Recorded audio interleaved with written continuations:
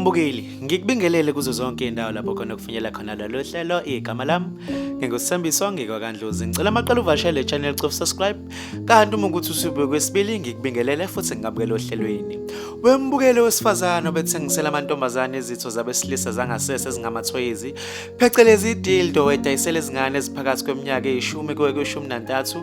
Ujeziswe inkantolo ngemumva kokuyalela ukuba asebenza amahora angu-640 engakhokhelwa emphakathini. Uyunitha Yandampondo odabuka ezweni laseZimbabwe kodwa ukuleli uqale wagwetshwa izinyanga ezingu-24 yimanje yaseyilengisa izinyanga eziyisithupha ejele ngombandela ukuthi engenzi icala elifanayo. Umsolo bedayisa izitho zabesilisa zangasese ezingamathoyizi ulahlwe icala lokwephula umthetho we-Custom and Excise Act kanye nokufundisa izingane ezisasencane umkhuba. Ngesikhathi umsolo esiphendulela lo wesifazane uveze ukuthi wayesitshela ukuthi ukhuluma nomuntu osemdala ku-WhatsApp ngesikhathi eqhuba ibhizinisi kanti akazi ukuthi izingane.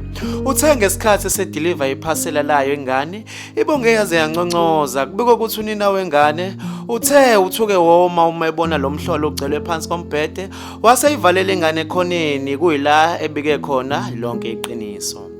Mbukeli, indida yendaba leli ngizocela ubeke uvo lwakho kwi-comment section mayelana nalolu daba. Ngizokubona kwenye ividiyo elandelayo ngithi usale kahle.